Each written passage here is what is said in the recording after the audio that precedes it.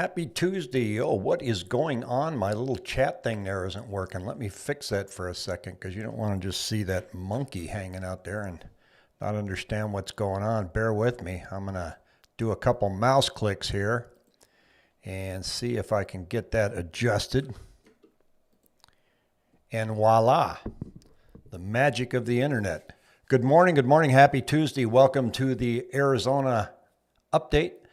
This is Rick Helps Real Estate Podcast, where I help you understand today's numbers, not yesterday's, and makes you an expert in the real estate market and a hit at cocktail parties, if you're still allowed to go to those right now. So what we're going to do today is we're going to go over some of the local Arizona numbers and show you what's going on. Nothing's really going to surprise you. And then we're going to talk a little bit about some of the things that we're seeing out there with interest rates and other parts of the country. And then I'm going to talk about a subject called mark to market. And those of you that are accountants know what that means. And those of you like me probably don't, but I think it's a worthwhile subject to touch on just briefly.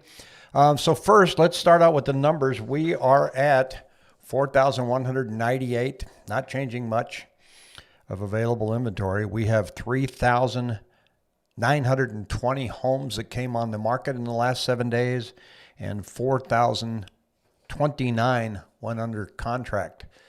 So I know that the Cromford report is showing that demand is shrinking. I'm going to share that with you here. And but I'm going to have to get with Tina Tambour because I'm not seeing it. But you know, they have access to numbers that I don't have, and I'm not seeing it. This is their demand index. And so you can see that's this chart here. They're saying it's almost getting down to normal. But as long as our supply is as dismal as it is, then prices are going to continue to rise. And but when I look at the 7-day moving average and I see that we put on 3,900 homes and again, 4,000 went under contract, I'm not seeing a slowdown. So I'm not seeing a slowdown in buyer traffic. It must be ever so slight to move that index. So me, along with you, we're just going to watch these numbers and see what's going on. What's it like in other parts of the country? Well, check this out. This is a home in Washington, D.C. that had 76 all-cash offers come in. But I think what she did, it's on CNN, and what she did was she listed it as a fixer-upper, but she listed it for like $278,000. And so, you know, she priced it low on purpose and people just came out of the woodwork. But 76 all cash offers. I mean, how do you even stay on top of that? And you see a little bit of that in this market where people are putting homes on there and they're pricing them low, lower than the actual value, and just to spur people coming in to look at the homes. It's really a nightmare scenario. Just do your due diligence, put it up at market value, and get the thing on the market. Stop this. So where's the hottest markets according to Realtor.com? And this, how they track this, I'm not so sure it really means anything. You know, Phoenix isn't even on this chart. And what they're looking at, so I'm going to scroll down here real quick. Well, I won't go down there. So it's in February's top 20 hottest housing markets. There's another example of lagging data. February. So they're basing it on how many views they're getting on Realtor.com for these cities and what the days on market are. So if they got a low days on market, like this one, Vallejo, Fairfield, California, average of 14 days on market, year over year, down 60%. And they're getting views per property versus US 3.73. So that's the hottest market according to Realtor.com. You get down here, you can see Yuba City, California, Stockton, Lodi, Spokane, Washington, and Oxnard, Thousand Oaks, California. California is still doing well in some parts. Fresno, of all places, Modesto, Reno. Come on, where's Phoenix? So I'm not seeing anything there, Phoenix.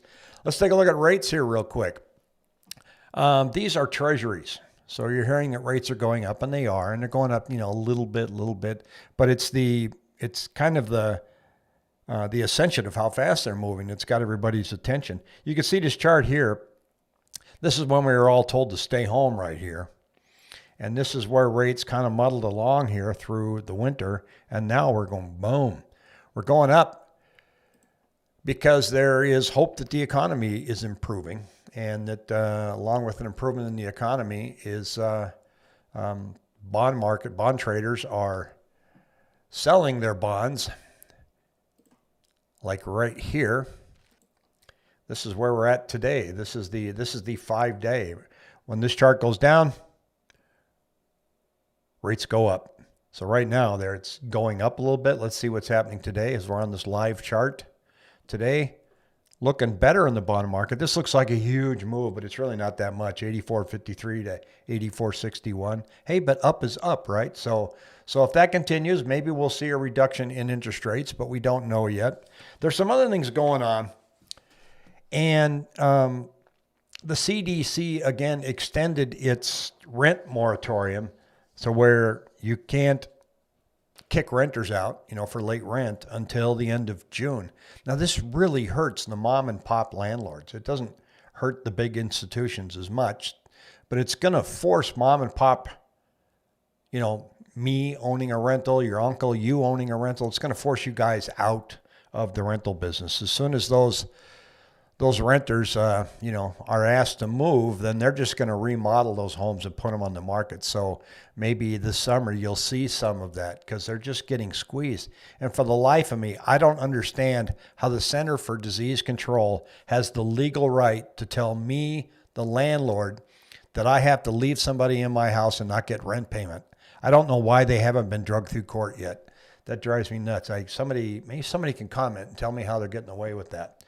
So other news, I'm going to show you a house that came up on the market today. Now we're going to start talking about mark to market.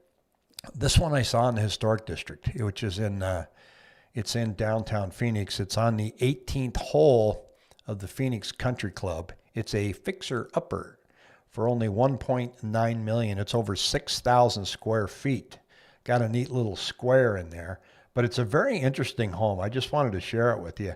It's not often you see a $2 million fixer-upper, so here's your chance. There is the controlled wine room, which holds 1,800 bottles of wine. So, party hardy, folks. And then this is one of the main rooms.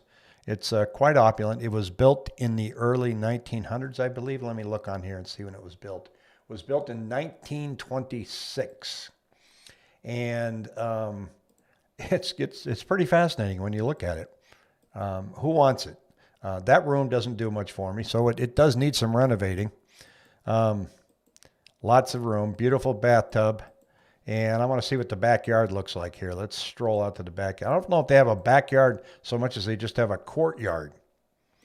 $2 million, and I don't see a pool. Oh, there is. There's a pool down there. There's a backyard. Okay. Crisis averted.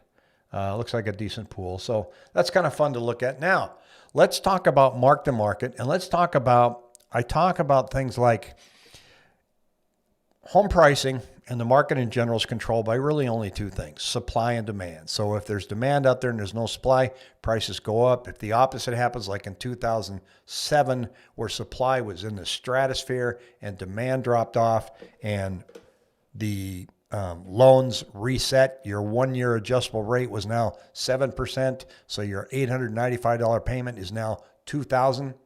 You have an implosion. You have a market that dies. You have banks that go belly up. You have Freddie Mae and Fannie Mac, whose stock price went to 13 cents. And things are pretty bleak. So the Federal Reserve, central bank had to go for just a second there.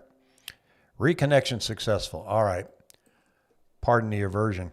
So there could be things outside in the financial industry that are happening that could affect our overall economy. And this was kind of a scary one this last week.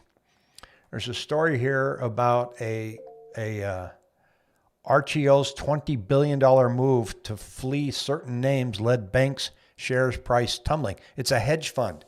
And it's a hedge fund that is getting past some of the rules for how hedge funds are to be monitored by the Fed, because it's actually a family, and families can have their own hedge fund without being scrutinized. So it's very complicated. So they're going in and doing margin calls. So they've got $10 billion here, and they're buying $30 billion worth of stock by leveraging. Well, what happened was the stocks that they bought went down. And so at that point, they had a margin call. And a margin call is, you owe us $21 billion, the banks are saying. And the hedge fund says, I don't have it. Well, guess who's on the hook?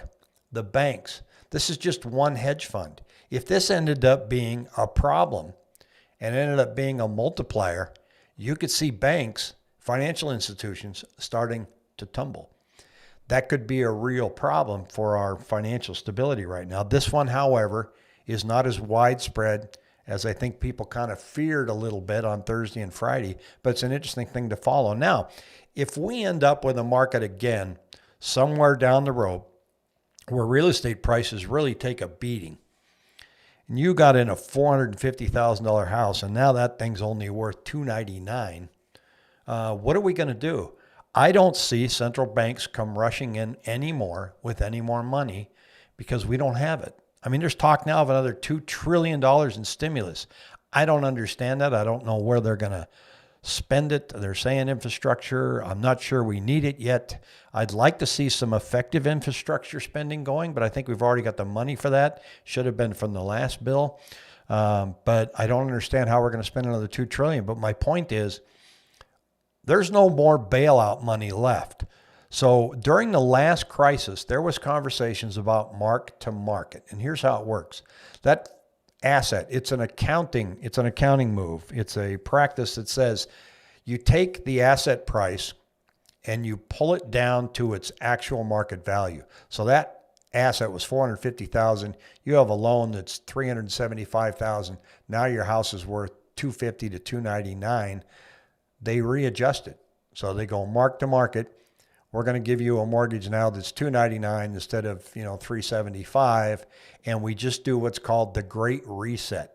It's devastating. The economy will be in really bad shape. We'll almost have a depression level unemployment.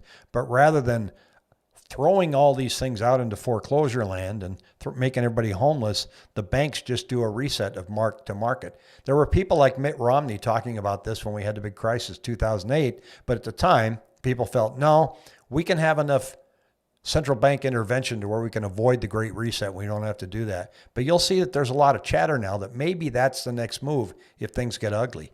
Things could get really great between now and then, but there's plenty of potential for things to go wrong and affect real estate. It's an interesting accounting practice. Mitt Romney was also urging people at the time to say, let the foreclosures happen. It's unfortunate, but it's the fastest way for recovery. And states like Arizona that let foreclosures happen had a faster recovery than other states like New York that are called judicial states.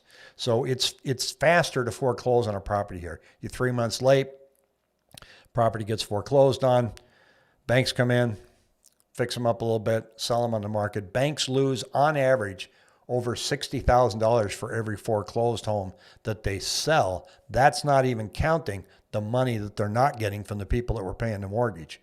So just apples to apples, just taking the house inside and then selling it costs them over $60,000. So banks don't want to foreclose on a property. Now, we're only seeing less than 800 pre-foreclosure homes right now in the Phoenix area. So there isn't any sign that we're going to have foreclosures coming along. So those are numbers to watch. We're not going to see that until the inventory numbers start to climb and climb. And getting back to our rates, we're seeing rates start to come up. But if they continue to go up, we may start seeing some slowdown in purchases. So this is where we're at right now. We're starting to come up, but it's not to the rate to where at 3.2, 3.3, or even 3.4 that's going to slow things down. Because from a historical perspective, I mean, take a look at this chart again. We used to be way up here. And now our interest rates are way down here. We get used to rates. We get used to rates around 2.75. So if they do go up to 4, yep, it's going to slow down. I think it will. I'm not going to bring a crash. I would actually kind of welcome that. But there's also, if you look at a lot of financial people, especially Steve Van Meter, who calls himself the bond king, he gives a very compelling argument and shows you with charts that there's a possibility that the bond market's going to rally. and that there's enough support for the bond market to rally that rates could come flying back down again. He's an interesting guy. There are people that tell him he's nuts, that there's no way that's going to happen. Yeah, but then you watch it and you go, well, could be, could be. It's hard to tell. So anyway, take on the week. Have a super day, and I will see you all again tomorrow.